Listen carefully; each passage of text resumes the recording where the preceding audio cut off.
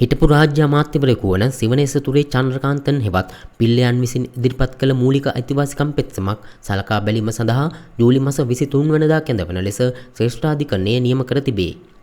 තමන්ව අත්අඩංගුවටගෙන ත්‍රස්තවාදයේ වැළැක්වීමේ පනත යටතේ රඳවා ගැනීමට අපරාධ පරීක්ෂණ දෙපාර්තමේන්තුව ගෙන තිබෙන තීරණය තුළින් සිය මූලික මිනිස් අයිතිවාසිකම් උල්ලංඝන වන බවට තීන්දුවක් ලබා දෙන ලෙස ඉල්ලා පිල්ලයන් විසින් මෙම මූලික අයිතිවාසිකම් පෙත්සම ගොනු කර ඇත. මෙම පෙත්සම ඊයේ දින එස් තුරේ රාජා, මේනකා විජේසුන්දර සහ සම්පත් විජේරත්න යන මහත්ම මහත්මින්ගෙන් සමන්විත ත්‍රිපුද්ගල ශ්‍රේෂ්ඨාධිකරණ විනිසුරු මඩුල්ල ඉදිරියේ කැඳවනු ලැබීය. එහිදී නීතිපතිවරයා වෙනුවෙන් පෙනී සිටි නියෝජ්‍ය සොලිසිටර් ජෙනරාල් සුවර්ෂි හේරත් මහත්මිය අධිකරණ හමුවේ කරුණු දක්වමින් මෙම පෙත්සමට අදාළ සීමිත විරෝධතා ඉදිරිපත් කිරීම සඳහා සති දෙකක් කාලයක් ලබා දෙන ලෙස ඉල්ලා ඇත.